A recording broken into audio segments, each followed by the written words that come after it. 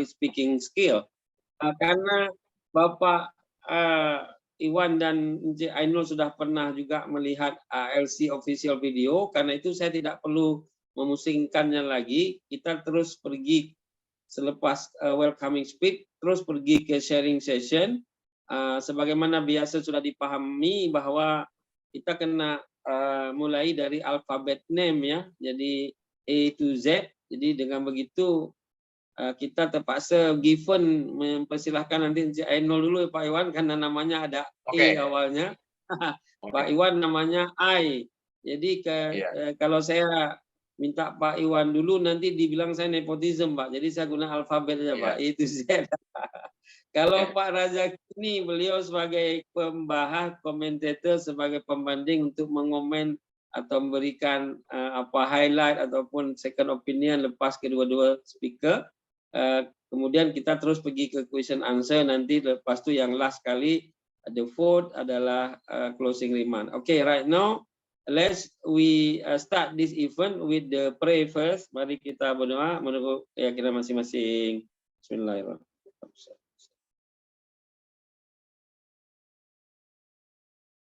Terima kasih. Welcoming speak from me once more. Thank you very much for your available time, especially Dr. Iwan Zahar, MSc, Senior Lecturer at Saungul University, and Encik Ainul bin Ismail daripada Malaysia, yang saya sudah sangat mengenali beliau sebagai broadcaster, sehingga kalau buat presentation pun macam kita nonton television saja. Jadi, dan juga Pak Razaki, selamat datang. Dulu mungkin Encik Ainul pernah jumpa dengan dia punya bos, rektornya Ibu Susi. Sekarang ini adalah apa namanya, Deputi Bu Susi lah. Okay, and time is yours right now for presentation. You are the co-host, therefore you can use the screen, please. Okay, doktor nak saya mula dulu ke doktor? Prof? Pak Iwan, beliau menawarkan apa Bapak memulai dulu juga silakan saja. Tapi kalau Pak Iwan pun boleh mula dulu, kita dengar daripada Indonesia dulu lah Pak, bagi respect. Itu boleh. Saya menggunakan alfabet, tapi you nak gunakan French boleh je. Silakan Pak Iwan. Tapi dia karena saya bagi tahu you awal, mungkin dia pergi beli air terus. Okey, kalau begitu saya teruslah Prof ya. Boleh Prof? Yes. Baik, saya share dulu Prof ya, share screen. Okey, boleh lihat screen saya sekarang ni? Okey, very clear. Very clear. Komunikasi fotografi. Wow. Baik, Prof. Assalamualaikum warahmatullahi wabarakatuh. Again to the Prof and also our lecturers, members and doctors, and also mahasiswa and secretariat, of course, my friends Dr. Gumilang and the teams, ASEAN lecturers. Assalamualaikum warahmatullahi wabarakatuh. Now, hari ini saya nak berkongsi dengan sahabat yang berada dalam Zoom ni terhadap tajuk yang diberikan kepada saya, iaitu dua benda yang berbeza. Satu ialah fotografi, skill of photography, the power of the photography. Nombor dua adalah skill of pengucapan awam. So saya tak akan ambil panjang untuk this short tutorial, tetapi I just want to share dengan tuan-tuan dan puan-puan untuk tuan-tuan faham apa sebenarnya komunikasi fotografi dan apa juga berkaitan dengan kepengucapan awam. Now, let's start the slides. Okay, now saya nak mulakan dengan yang ini. Okay, saya tahu saudara-saudari doktor sudah melihat gambar kartun ini. Ini adalah visual yang semua orang tahu tentang Tom and Jerry. Ia adalah sebahagian daripada karakter yang memang popular dalam mana-mana animasi kartun. Now, kenapa saya letakkan gambar ini di awal pengucapan saya ialah saya nak tanya tuan-tuan dan puan-puan apa yang tuan-tuan lihat gambar ini. Saya percaya tuan-tuan akan katakan, wah, Tom sedang mengejar tikus. Dan saya akan katakan ini ada unsur perkelahian ataupun pergaduhan antara dua insan ini. Ataupun mungkin saya akan bercakap dengan tuan-tuan, ini bukannya pergaduhan tetapi mereka sedang main kejar-mengejar.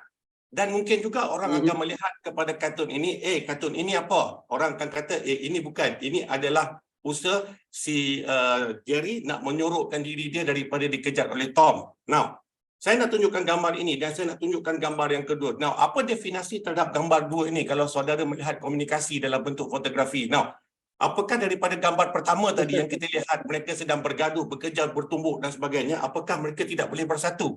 Now, persepsi terhadap gambar yang pertama tadi menidakkan bahawa hubungan Tom and Jerry ini bukan bergaduh, sebenarnya mereka berkawan. Sebab itu hebatnya fotografi.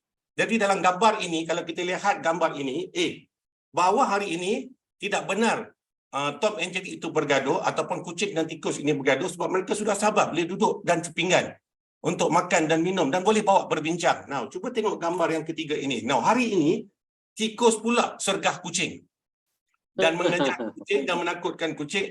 Gambar ini yang sedang ceritakan apa? Apakah tikus hari ini sudah berkuasa untuk menewaskan kucing? Now, daripada ketiga-tiga gambar ini, saya nak menceritakan dan nak menarik perhatian saudara-saudari dalam aspek komunikasi fotografi bahawa gambar ini sebenarnya bukan mereka yang bercerita, tetapi yang bercerita itu adalah kita yang melihat terhadap gambar ini. Dalam konsep media dan komunikasi, dalam konsep journalism, sometimes saya tak perlukan teks untuk menggambarkan apa juga isi kandungan maksud dan makna terhadap gambar ini.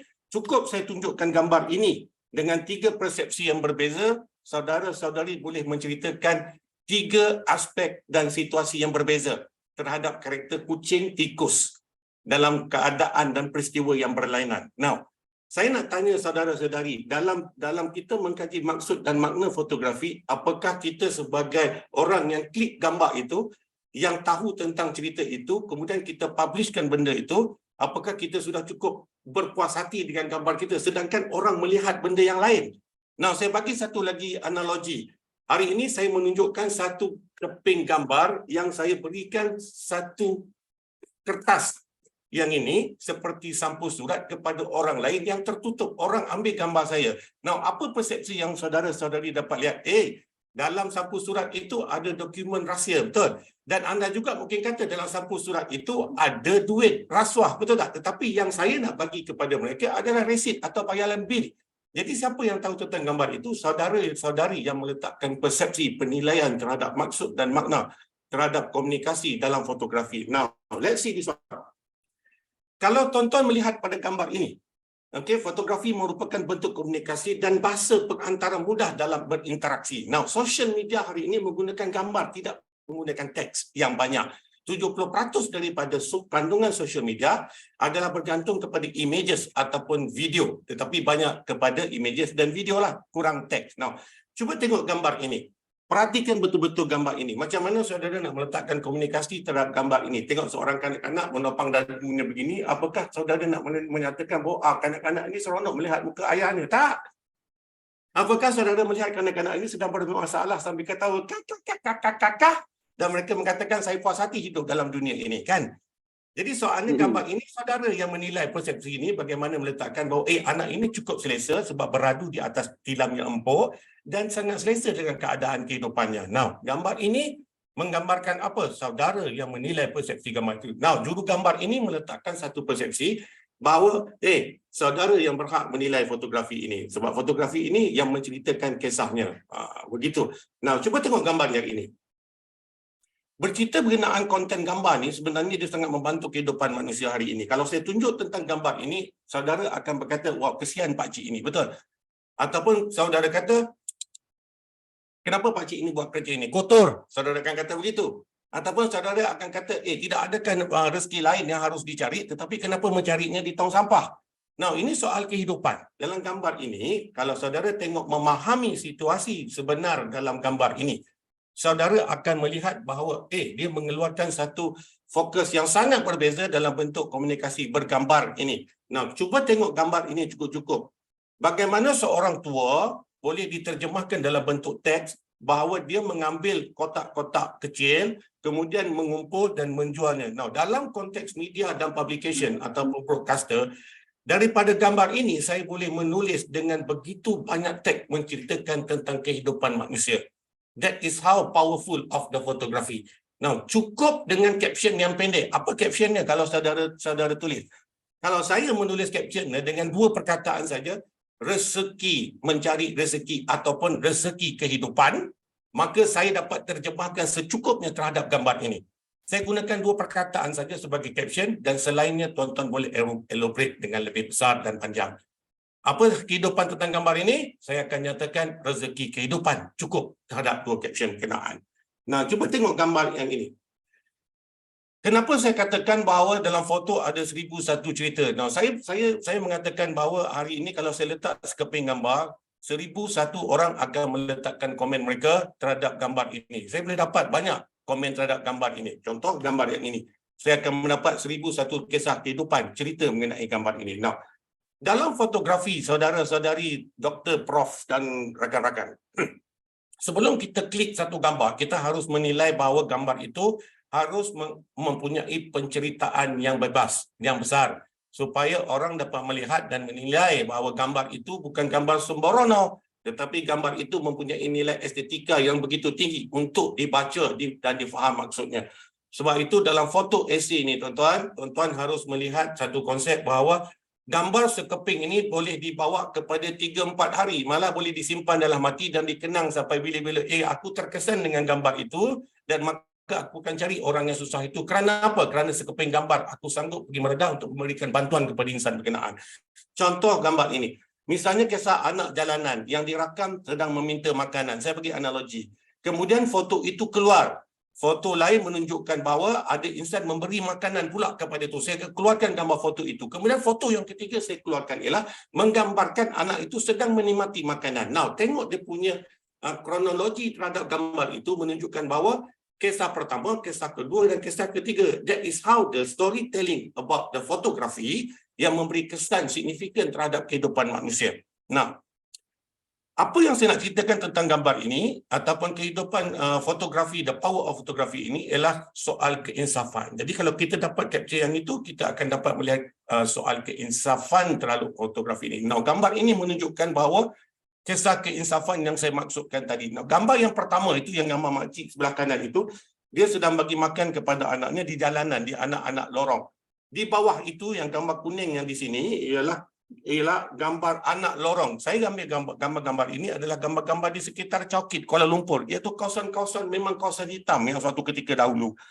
Dan ini adalah gambar ibu yang sedang membawa anaknya untuk mendapatkan makanan kepada kalian. Nah, kalau gambar ini saya kumpulkan semua dan saya terbitkan dalam media, saya akan menyatakan bahawa, berilah bantuan dan tumpuan kepada kehidupan anak lorong. Saya yakin ia akan memberi persepsi yang luar biasa. Nah, tengok gambar ini. Ini adalah gambar saya sewaktu saya turun ke Chowkit, saya untuk melihat kehidupan sebenar masyarakat ataupun mereka yang hidup dia sebagai anak-anak lorong sewaktu bulan Ramadan yang lepas. Nah, di gambar ini saya tutup mukanya ialah seorang perempuan yang hidupnya sudah pun mengandung umur 17 tahun tetapi hidup di lorong, tidak ada bantuan, tak ada siapa nak membantu. Dan gambar ibu ini duduk di lorong dan ini adalah anak yang baru dilahir tak sampai sebulan, dia masih dalam pantang tetapi tidak ada kehidupan yang boleh membantu dia. Now, kedua gambar ini saya publishkan, maka wujud satu kesedaran dalam kalangan masyarakat bahawa kenapa kita harus biarkan anak-anak ini? That is the powerful of the photography. Fotografi yang saya paparkan ini sebenarnya dia mengubah pemikiran manusia. Dan fotografi juga boleh memberikan tindakan yang sangat pantas kepada manusia untuk memberikan satu gambaran, bantuan, sokongan dan apa juga kepada apa insan yang menghadapi masalah ini. Now, kenapa fotografi ini sangat berkuasa? Prof, Doktor dan sahabat semua, saya semakin menghampiri kepada ending of my tutor, tetapi saya akan share sedikit lagi. Now, kenapa fotografi ini sangat berkuasa? Why is so powerful, Prof, Doktor? Now, number one, gambar yang kami ambil ini, ia sebenarnya memberitahu apa yang penting untuk kami ni, kehidupan manusia hari ini. Saya ambil gambar ini bukan untuk orang lain. Saya mengambil gambar, Wima saya menggunakan DSLR ataupun saya menggunakan handphone hari ini sebab saya menggunakan digital content. Saya ambil gambar, saya terbitkan kerana dia menceritakan hal kehidupan manusia, kita, masyarakat. Kita adalah masyarakat. Kehidupan kita sebenarnya setiap hari. Yang nombor dua, gambar itu sebenarnya adalah sebahagian daripada warisan dari dulu lagi dalam zaman sejarah tok nenek kita. Kita merakamkan gambar dan peristiwa untuk menjadikan bukti. Dalam kajian sejarah, betul tak Dr. Razaki dan Dr. Prof? Kita ambil gambar itu, kita papar, kita publishkan sebagai bahan sejarah. Sebab itu kehidupan kita dari dulu. Orang makan ubi. Mana orang hari ini tahu nak makan ubi kalau tidak disaksikan dengan gambar dan fotografi yang kita ada. Jadi itu pembuktian sejarah. Yang ketiga, gambar membolehkan kami berkongsi dan komunikasi. Saya dah tunjukkan bukti tadi di awal saya punya slide. Bagaimana gambar itu berkomunikasi dengan kita sebagai masyarakat walaupun gambar itu tidak bersuara. Gambar tidak pernah bercakap. Gambar tak ada pun untuk menerangkan segala-galanya. Tapi kita melihat gambar itu sebagai alat komunikasi yang masuk kepada idea kita, minda dan keluar dan memberikan gambaran, ini harus ada tindakan yang dibuat. Ini benda yang betul. Dan juga fotografi adalah artis kami yang mengambil gambar. Ini adalah artis orang seni. Kan, Prof, Doktor? Setiap hari kita ambil gambar selfie, kita ambil gambar kita di berjalan, sebab kita orang seni. Sebab kita nampak daun itu seperti seorang perempuan, contoh.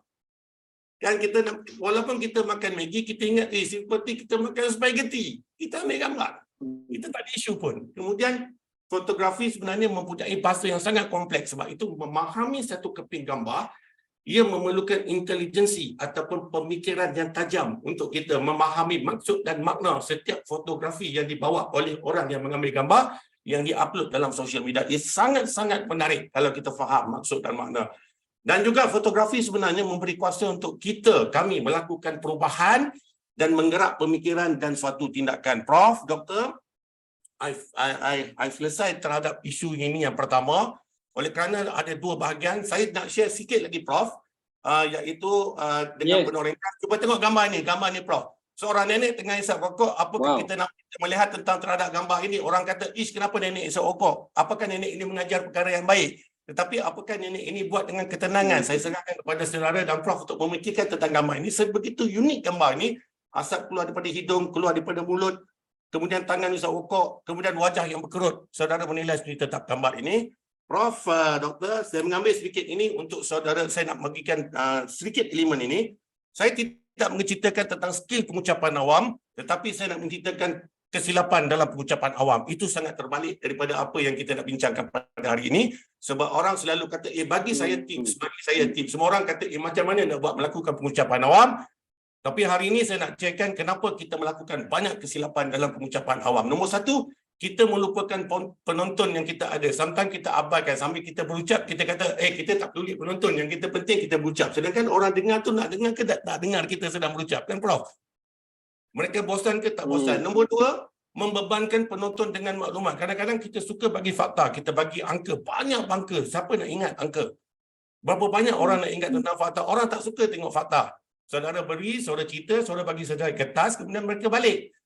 Lebih baik daripada saudara menerangkan segala fakta dalam ucapan-ucapan pening kepala, kan? Orang tak nak dengar semua itu. Orang tak nak dengar.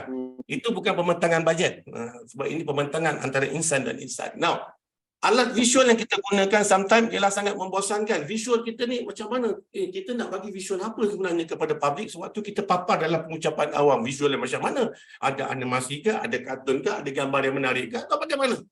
Kalau visual kita tak menarik, kita berucap pun orang tak nak dengar, kan? Kemudian kita baca slide. Apakah slide yang kita baca ni? Kadang-kadang kita berucapan awam, kita takut dia gementar, dan kita baca semua secara slide. Kita bentang dalam bentuk slide, kita cerita dan semuanya kita cerita sembang, tapi kita mengikut satu persatu dan baca setiap slide berkenaan. Apakah itu pengucapan awam yang bagus? Yang ketiga, isyarat yang mengganggu. Kadang-kadang kita buat pengucapan awam, kita pergi ke sana, kita pergi ke sini, kita buat perkataan, kemudian kita buat joget-joget. Apakah ini isyarat-isyarat ini memberi keselesaan kepada orang yang menonton atau kadang-kadang mengganggu persepsi pandangan mereka terhadap apa pengucapan? Hilang fokus kepada pengucapan awam. Dan akhirnya, Prof, Doktor, sebelum saya menamatkan bicara saya ni, kita menyaret persembahan lebih lama daripada sepatutnya. Jadi mana kalau kita diberi masa 10 minit tetapi kita berucap dalam 20 minit atau 30 minit. Jadi Prof, Doktor, sebelum saudara-saudari menjadi mangsa ataupun menjadi mangsa kepada saya, sebelum saudara-saudari terlelap dan tidur seperti gambar ini mendengar ceramah saya ataupun tutorial saya yang panjang ini, eloklah saya berhenti setakat ini, Doktor. Kerana saya tidak mahu menjadi mangsa yang terakhir itu, seret persembahan lebih lama daripada yang sepatutnya, dan saya tak nak mahu saudara-saudari menjadi seperti gambar yang ada di dalam ini. Itu saja, Prof. Terima kasih banyak. Assalamualaikum warahmatullahi wabarakatuh. Salam. Kalau yang presentasi macam ini mana nak boleh tidur, dari tension terus bagi. Thank you, Prof. Ini Assalamualaikum. apalagi ditambah minum kopi kejap ni, ya. Oke, jadi Pak Razaki kalau beliau memberi presentasi kayak kita nonton TV aja karena emang dia broadcaster. Jadi tahu bahwa attention tuh biasanya 7 menit habis itu sudah decline ya. Jadi kenapa bagaimana nak naikkan lagi kan? Oke, before the second speaker sebelum Pak Iwan, ini ada ayo. Ya, ya selamat siang. Saya mungkin langsung aja secara cepat. Ya. Ini untuk nyambungnya dari Pak Ainon tadi, komunikasi dengan gambar ya. Ya. Ya, yang saya bicarakan, saya menggunakan foto itu sebagai alat interview atau alat komunikasi atau alat menggali suatu informasi ya. Jadi komunikasinya mungkin lebih sempit, cuma saya kasih contoh bahwa yang kedua, ini mungkin teori speaking skill ya, mungkin udah banyak yang tahu. Jadi ini kita lewatkan, apakah yang jadi pertanyaan, apakah foto akan membantu kemampuan speaking seseorang gitu ya. Sebenarnya foto, kalau menurut teori sih, iya bahwa pengetahuan tentang foto itu diperlukan, apalagi membaca gambar.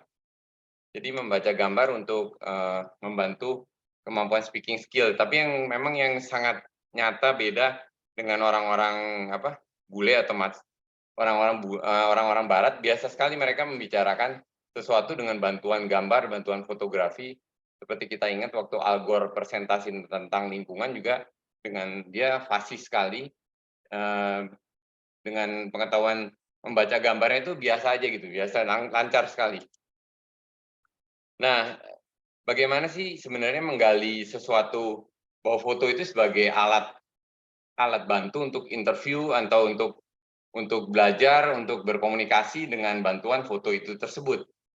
Jadi disebutnya foto elisitasi ya. Jadi biasanya membantu untuk berkomunikasi antara orang terutama dalam grup-grup kecil gitu ya. Dan ini biasanya foto elisitasi juga digunakan di daerah-daerah terpencil juga untuk membantu orang-orang yang di daerah-daerah yang diskriminasi rasnya tinggi, udah pernah dicoba juga di Afrika Selatan, juga untuk orang-orang yang dianggapnya suku-suku di pelosok seperti Indian di Amerika gitu pernah dicoba. Mereka malah disuruh motret juga, tapi yang mengherankan ternyata mereka nggak bisa pegang kamera, dipegang begitu, karena mereka di rumahnya tuh sebenarnya nggak ada jendela. Jadi nggak ada jendela, pada saat mereka diajar foto tuh dia bingung bagaimana mengarahkan kameranya itu.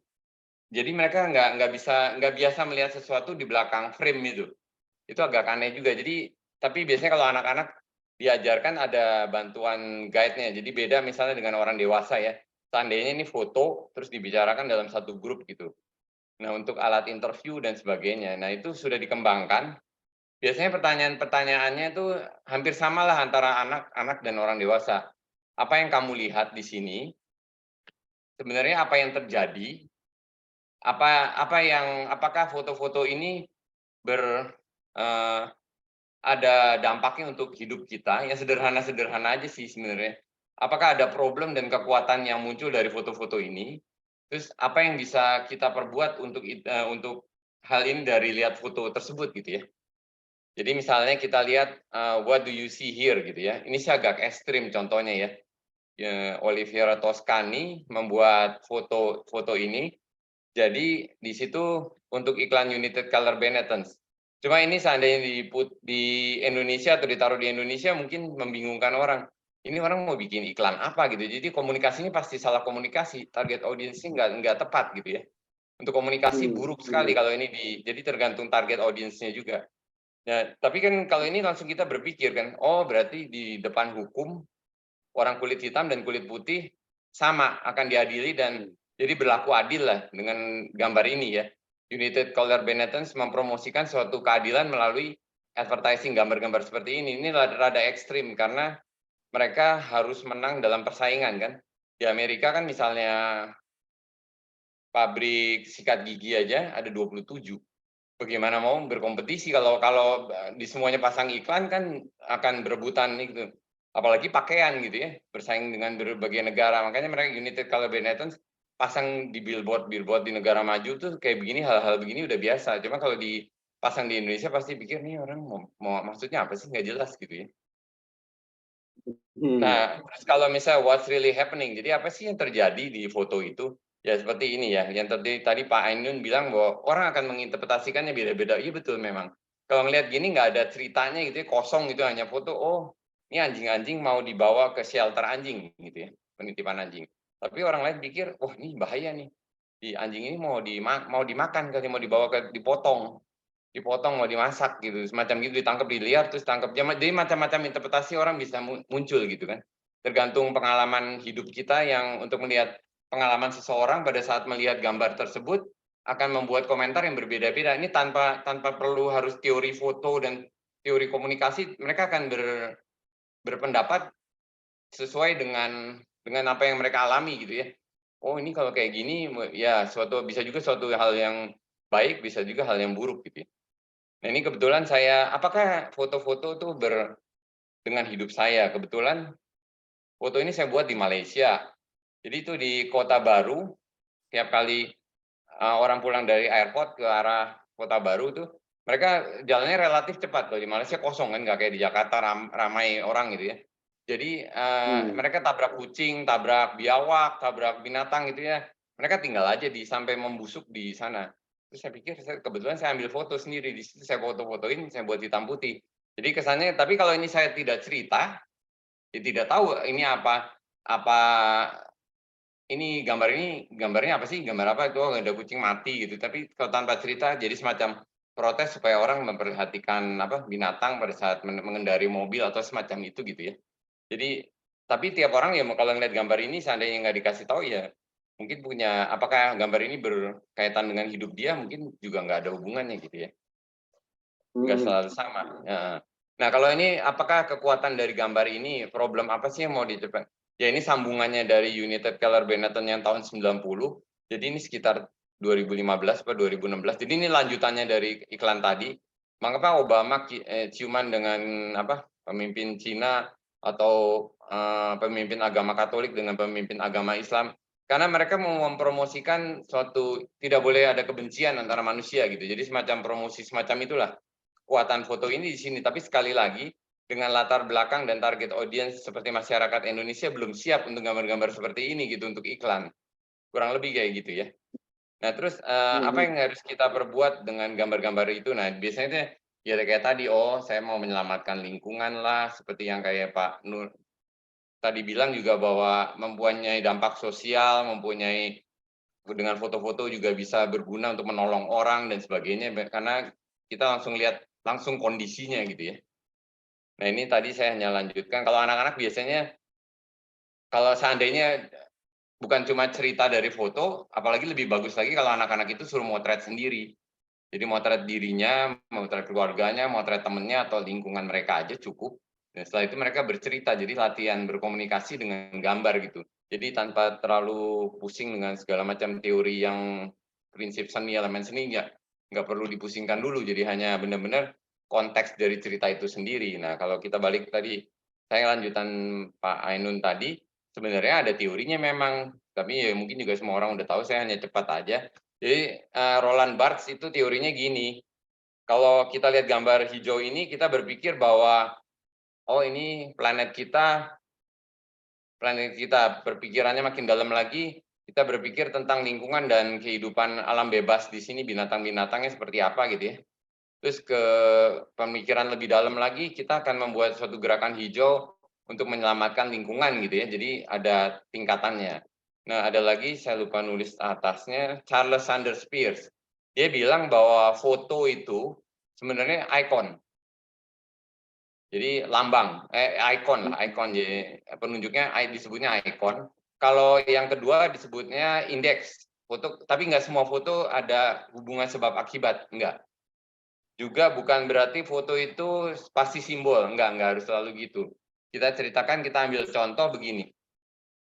Kalau orang nginjak nginjek pasir di pantai ada cetakannya, makanya disebutnya indeks karena cetakan pasir kaki kita itu di pasir sebagai hasil akibat, sebab akibat itu indeks. Jadi tentu saja foto sepeda mungkin bukan indeks, hanya ikon aja tapi tidak indeks.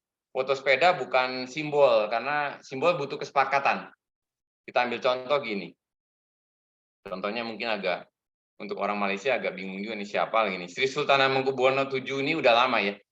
Jadi ini orang pasti bingung, tapi begitu kita tunjuk orang Jawa pada zaman itu, mereka udah tahu ini. Ini adalah simbol. Jadi kesepakatan antara Raja Jawa dan masyarakat Jawa sudah mempunyai kesepakatan. Jadi kalau mereka melihat ini berarti ini simbol wakil Allah di muka bumi. Karena pada saat itu orang Jawa percaya bahwa raja-rajanya mereka itu adalah wakil Allah di muka bumi gitu ya. Nah, terus pakai pakaian kerajaannya ini pasti pada peristiwa-peristiwa tertentu saja. Jadi nggak tiap hari pakai baju kayak gini untuk difoto. Nah, yang mengherankan ini foto yang kedua, kenapa simbol Raja Jawa ini jadi pakai pakaian jajahan Belanda gitu, tentara Belanda. Nah, ini terjadi setelah Jogja kalah dengan Pangeran Diponegoro kalah perang. Jadi Sultan Hamengkubuwono VII hanya sebagai boneka saja dari Belanda. Jadi kurang lebih dia pakai pakaian, jadi semacam fotonya simbolnya sebagai souvenir postcard yang dijual-jual di Eropa pada zaman itu. Jadi semacam tanah jajahan mereka kayak gitu-gitu. Jadinya udah, padahal dulunya waktu yang sebelah kiri, waktu orang Belanda mau ketemu di Jogja saja, mereka harus tunggu di Salatiga. Nggak boleh orang dari Batavia, Belanda itu boleh ketemu dengan Raja Jogja, tidak boleh. Jadi itu setelah Pangeran Diponegoro kalah. Jadi simbol. Jadi artinya yang pertama nih simbol, tapi juga indeksnya juga iya sebagai indeks karena dia pakai pakaiannya tertentu. Jadi kalau pakai pakaian ini, pakai pakaian parang, jadi mesti pas merayakan Muharram atau merayakan apa gitu ya. Pasti ada peristiwa-peristiwa. Tapi juga otomatis semuanya ikon gitu. Jadi tiga ini Charles Sanders Peirce membaginya seperti itu. Kurang lebih supaya ini jadi, cuma menurut teori memang menunjukkan bahwa adanya kombinasi gambar dan teks itu biasanya membuat orang lebih ingat akan gambar tersebut. Karena walaupun ya seperti Steve Jobs sebenarnya paling anti kalau ngomong melihat PowerPoint gitu, dia anti sekali. Cuma pada waktu dia presentasi jualan iPhone tuh dia selalu menggunakan gambar-gambar itu gitu. Tapi dia tidak mau banyakkan teks gitu. Dia malah hanya gambar aja, dia ngomong langsung gitu. Jadi dia lebih percaya pada skill komunikasinya dengan cara seperti itu. Udah sampai jadi terima kasih dengan Pak Ainun, jadi udah menceritakan yang saya tidak perlu diulang lagi, jadi saya tinggal ngasih tambahannya jadi lebih mudah buat saya. Ya, makasih. Baik, terima kasih Pak Iwan, menarik sekali. Ini kita akan masuk ke sharing untuk tanya jawab karena di email saya sudah ada sejumlah pertanyaan. Karena selalunya saya mengambil 2 saja untuk masing-masing speaker. Boleh di close screen dulu Pak. Nanti Biarnya ya. ya, nanti Pak Razaki nanti memberikan komen selepas pertanyaan Ini ini share apa? dan Share ya? Gimana matinya? ya Bapak mau di bawahnya ada stop apa itu bisa di stop close. Kang Indah bisa diinfo ke Pak Iwan yang mana itu. Oke. Oh ini stop. Oke. Udah. Di Udah. stop. Baik. Bapak, saya akan membaca pertanyaan di email Pak. Jadi masing-masing saya ambil 2 orang saja karena waktu kita. Nanti Pak Razaki memberi komen setelah dijawab pertanyaan ini. Mungkin Bapak juga mau kasih pandangan atas pertanyaan, boleh, atas sharing dari kedua pembicara tadi juga boleh sekali ya. Oke, sekarang pertanyaan yang pertama untuk CI0 dari Yati. Kemudian nanti dari Dona. Thank you very much CI0 for very good sharing. I get new experience today. Oke lah, itu komennya. Ada adegium selama ini yang mengatakan bahwa foto atau picture lebih dahsyat menyampaikan pesan ataupun message dibanding kata-kata. Apakah adegium ini masih berlaku hingga kini? Sebab saat ini dengan mudah orang menggunakan digital untuk merubah atau membuat foto dan lain-lain yang tidak pure kejadiannya.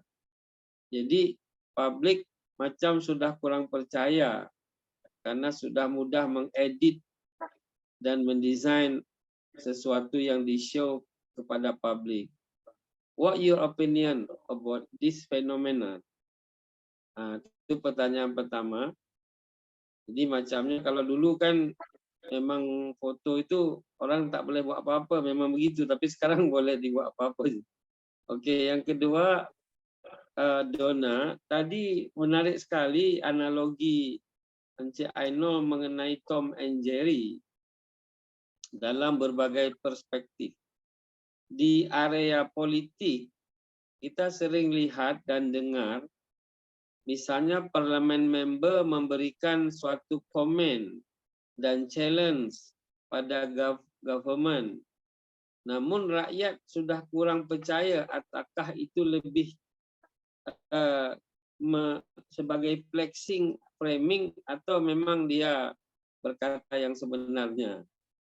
Jadi apakah ini berarti audio visual termasuk televisi sudah tidak powerful of impact untuk create public opinion? Itu dia tanya macam itu. Kemudian kepada Pak Dr. Iwan, ini saya ambil dari Aida dan Ivan. Pak Iwan boleh dengar ya Pak ya? Bisa copy. Boleh. Oke. Boleh.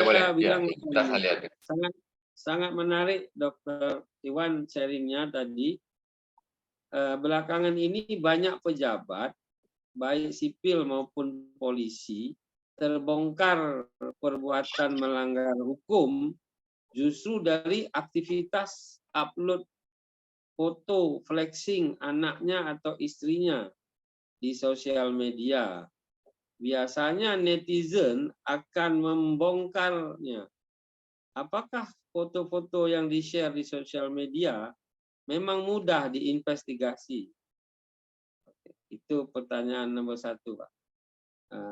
Jadi ya sekarang kan era orang apa-apa flexing boleh dibongkar semua ya. Oke, kemudian dari Ivan, tadi Pak Iwan menyatakan bahwa bisa tidak tersampaikan suatu pesan atau bias kalau salah membuat gambar atau foto untuk disampaikan suatu pesan di komunitas dengan budaya yang tidak matching dengan mereka. Saat ini Indonesia sedang masuk tahun politik. Banyak caleg atau calon legislatif memasang foto spanduk apalagi ini banner di banyak tempat. Sebenarnya seberapa berarti dan berimpact kampanye melalui memasang-masang banner yang ada foto-foto mereka itu? Itu Pak pertanyaannya. Jadi silakan Encik Ainul, nanti Pak Iwan, selepas itu saya mengundang Pak Razaki ya. Silakan. Baik, terima kasih Prof, Doktor dan sahabat-sahabat. Saya nak menjawab persoalan yang pertama yang dibangkitkan oleh Yati, dan saya menjaga soalan ini pasti akan ditanya dalam mana-mana platform sosial media kalau saya hadir dalam seminar pun. Bagaimana gambar menipu kita dalam menerbitkan sesuatu artikel ataupun sesuatu teks dalam sosial media. Dan hari ini soalan ini adalah sama ada kita boleh percaya atau tidak boleh percaya. Ada dua option. Saudara boleh percaya jika saudara ataupun saudari boleh menilai sejauh mana kepastian kesahihan gambar berkenaan melalui teks yang dipaparkan. Biasanya orang yang normal seperti kita, yang ada ilmu seperti kita akan dapat menilai bahawa gambar itu palsu ataupun gambar itu tidak palsu. Tetapi soalnya hari ini dengan teknologi artificial intelligence ni, AI ni, saudara akan melihat bahawa tidak ada nampak pun kecelaan terhadap gambar itu. Saya bagi satu gambar option yang sehingga hari ini saya buka gambar ini. Saya harap saya boleh tengok, saudara boleh melihat gambar ini dari jauh. Sorry, sebab saya pakai blur. Okay, can you see that one? That photo, okay? Okey, gambar itu adalah seorang nenek yang sedang naik skateboard. Dia tukarkan kepala dan dia letakkan secara AI dan you takkan nampak ada cacat cela ni. Now, dalam karakter seorang nenek begitu, apakah anda percaya gambar itu wujud bahawa nenek pada hari ini boleh naik skateboard ataupun boleh naik roller macam tu dan bermain di khalayak ramai? Now, dalam isu ini, Yati, ya, gambar sebenarnya sangat dahsyat dan pembunuh kepada pemikiran manusia hari ini. Dan saya boleh letakkan gambar itu menunjukkan satu benda yang saudara akan terkejut bahawa gambar itu seorang sedang memukul anjing atau kucing. Kemudian gambar itu dia menyeret anjing dan kucing di tepi jalan. Saudara akan melihat bahawa itulah gambar yang paling kejam dan dahsyat di dunia. Tetapi saudara percaya tak, gambar itu sebenarnya kalau saudara lihat balik di sebalik cerita gambar itu, orang itu bukan menyeret tetapi orang itu mengambil tali itu dan menyelamatkan anjing berkenaan dan kucing daripada diikat dan diseret. Dan itu adalah gambar dua yang berbeza dan kita susah nak menilai persepsi itu. Bagaimanapun saya teruja dengan soalan ini. Jawapan saya kepada soalan ini ialah kita selaku manusia yang memahami dunia sosial media ini, kita harus menilai bahawa gambar itu adalah gambar palsu ataupun gambar itu ada rasional diterbitkan untuk tujuan apa. Kan? Kalau gambar itu kita lihat, ini tidak mungkin wujud, kenapa kita harus percaya dan harus kita like dan share, kan Prof dan Doktor? So jadi soalannya apakah sudah ada publik kurang percaya terhadap gambar? Saya kata jangan buat begitu. Bukan semua gambar yang kita tidak boleh percaya dalam sosial media. Dan gambar dalam sosial media itu ada yang sangat-sangat boleh dipercayai. Sebagai orang media dan pengamal media, kami juga bergantung kepada gambar-gambar yang diterbitkan oleh netizen dalam sosial media untuk diterbitkan dalam official network kita lah. So soalan yang kedua, Prof, saya nak menjawab soalan siapa nama tadi, Donna. Saya faham analogi Tom and Jerry itu adalah kisah yang sangat rasional yang tuan-tuan yang you tengok setiap hari. Namun begitu, kalau dikatakan dalam soal politik, apakah itu ada peniruan ataupun pemalsuan dalam visual dan teks yang diterbitkan kepada tuan-tuan untuk menerbitkan kata-kata seperti apa? Let's say tidak what you call it, the powerful of text yang dia nak cakapkan dalam perbicaraan dalam parlimen ataupun dalam politik. Now, I want to tell you something, Donna.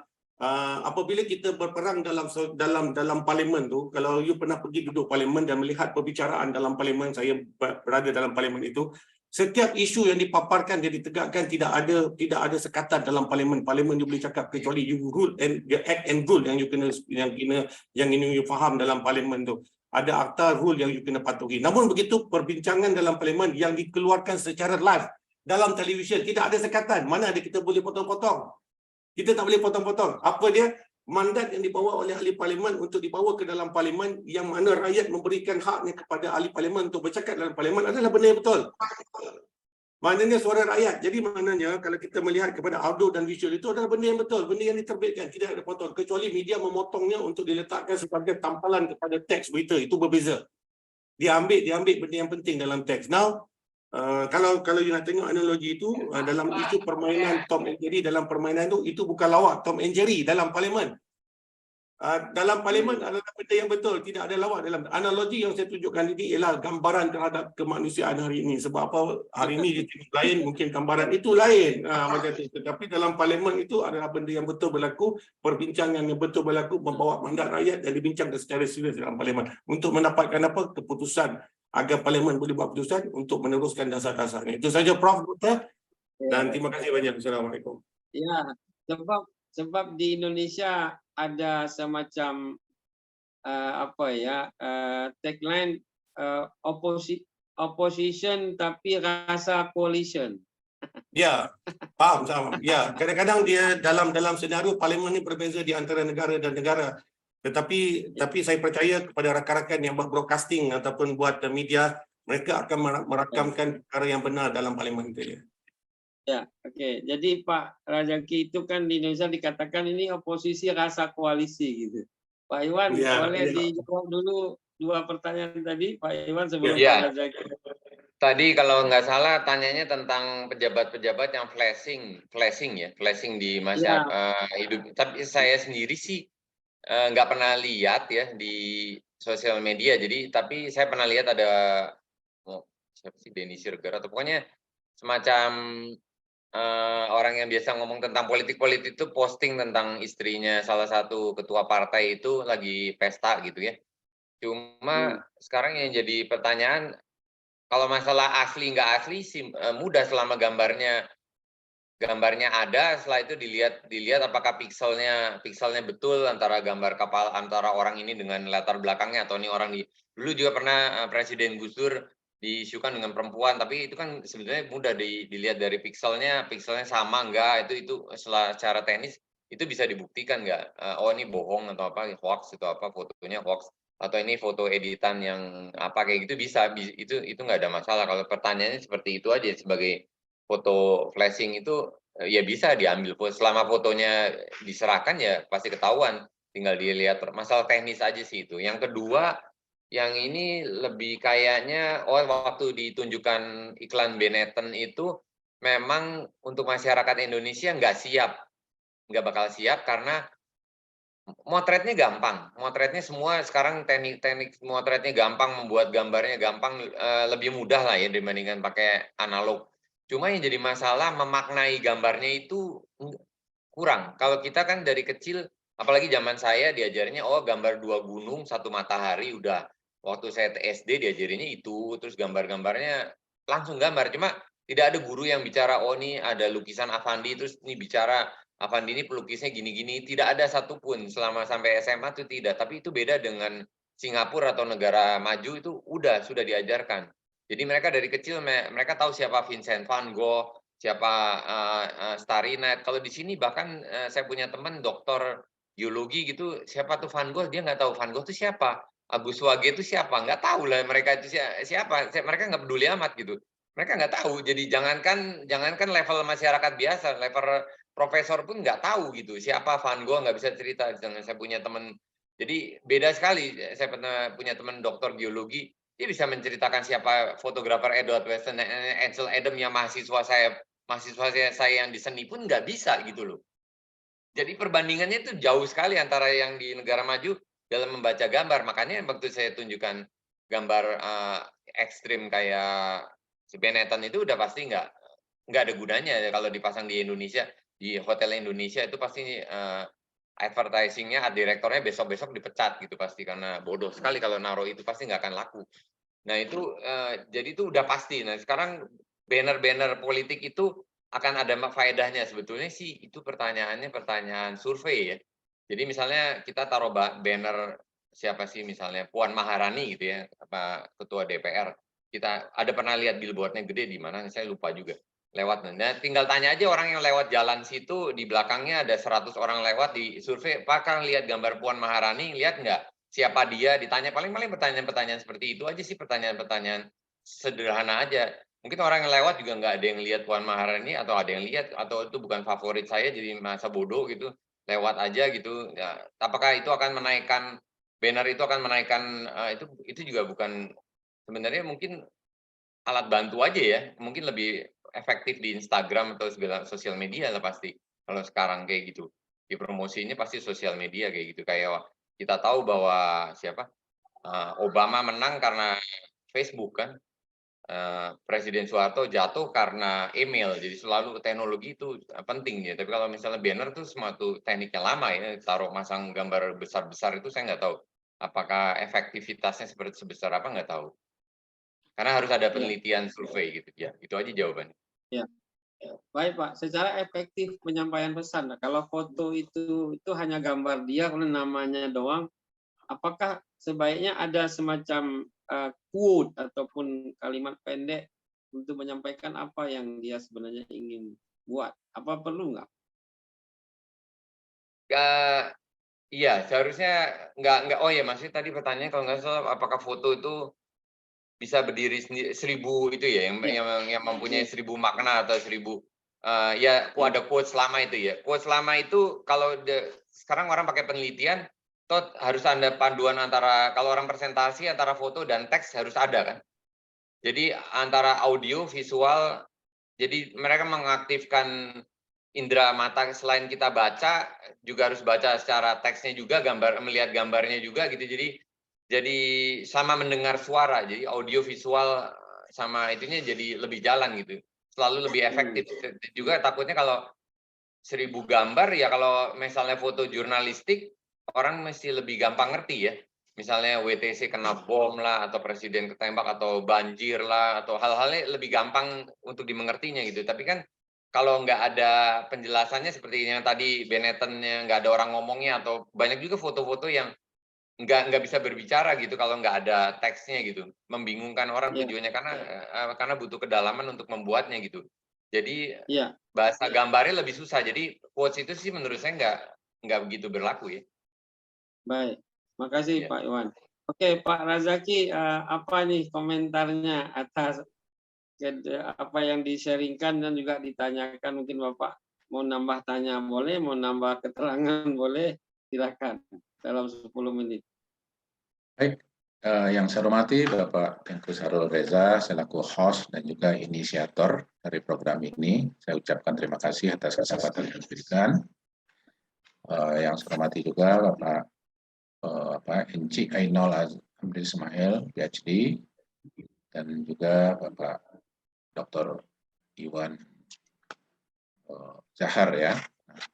Baik, menarik topik yang kita bahas pada sore hari ini, yaitu the power of photography and public speaking skill. Jadi ada 2 objek. Nah, saya ingin mulai dulu mungkin dari public speaking, ya, skillnya bagaimana. Nah, seseorang terutama dengan pejabat publik, ya, itu mau tidak mau, setuju tidak setuju, ya, yang bersangkutan tentu harus memiliki skill bagaimana untuk public speaking.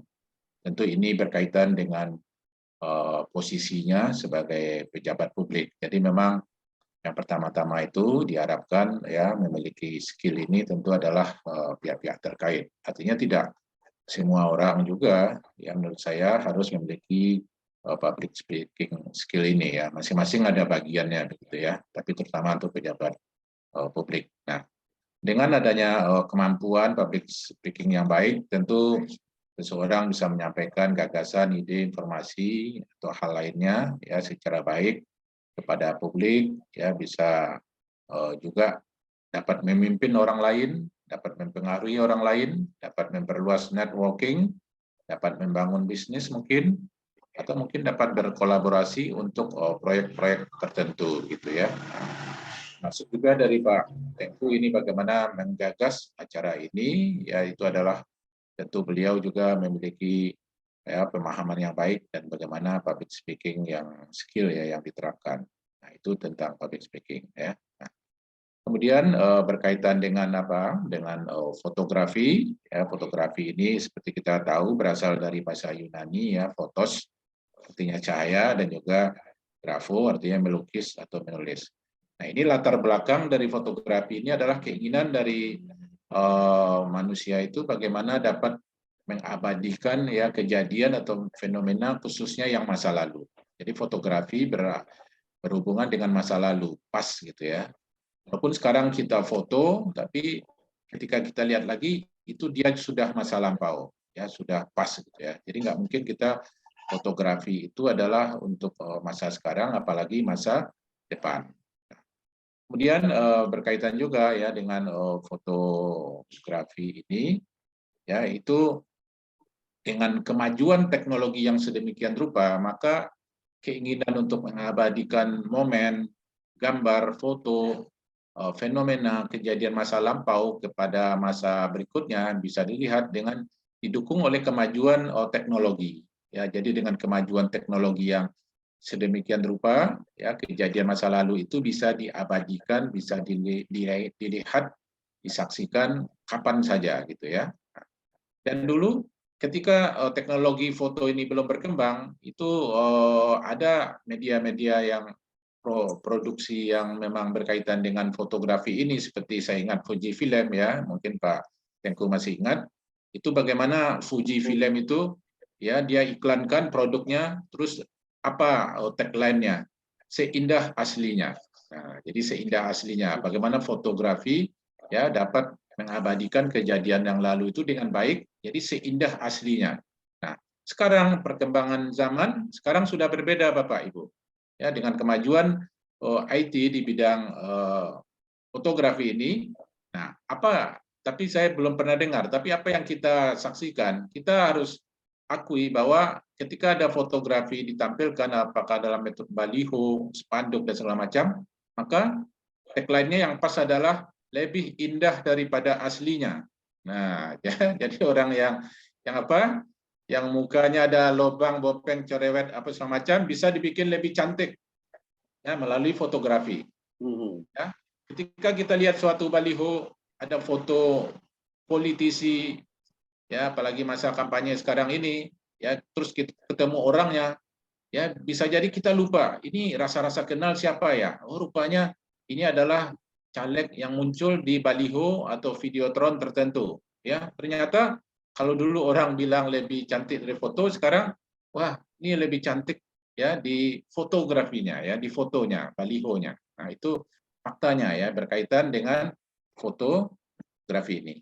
Nah, kemudian oleh karena itu ini digunakan ya bagaimana untuk meningkatkan ya elektabilitas, popularitas ya publikasi baik itu artis ya dan juga sekarang ini adalah para politisi itu ya sangat proaktif bagaimana memanfaatkan daripada fotografi ini ya untuk meningkatkan ya popularitas mereka. Dan ini didukung dibantu oleh kemajuan ya teknologi yang sangat baik gitu ya. Nah, kemudian terkait dengan beberapa pertanyaan, saya setuju bahwa foto itu lebih dahsyat daripada 1001 kata-kata ya. Nah, dan hanya dengan tadi sudah disampaikan oleh NC Ainul, Pak Iwan, bagaimana contoh-contoh foto-foto ya, itu kita langsung memaknai foto itu ya dengan persepsinya masing-masing.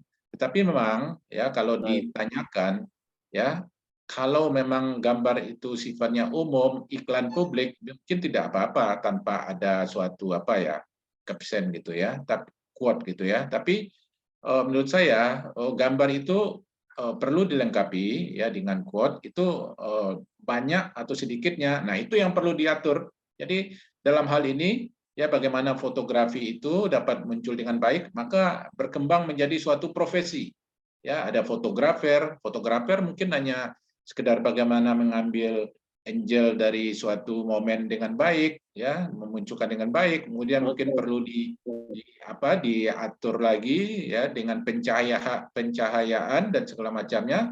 Tapi itu perlu suatu quote yang baik juga. Nah itu perlu juga ahli lainnya ya bagaimana melengkapi foto tadi dengan caption atau yang tepat. Apakah banyak atau sedikit itu relatif ya. Nah ini saya pikir ya itu sangat banyak ya. Nah sedikit saya kaitkan dengan fotografi sekarang ini kan di mana-mana kita lihat banyak ya baliho dari para caleg ya sehingga kita pun jadi nek gitu ya kurang suka ketika melihat banyak baliho, banyak foto-foto wajah terlalu banyak.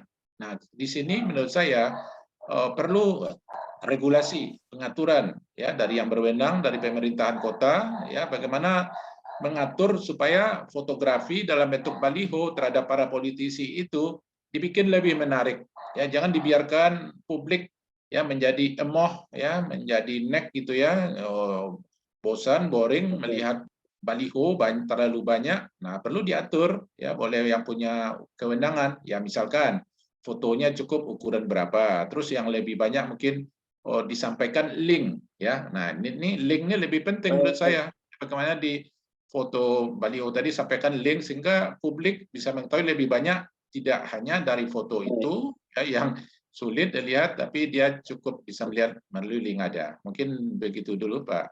Terima kasih. Baik, terima kasih Pak Jaki. Jadi tadi beliau menyampaikan bahwa bagaimana sesuatu yang tampil seindah aslinya atau lebih indah dari aslinya. Sekarang sebelum closing remark kita mau lihat sebuah lagu lama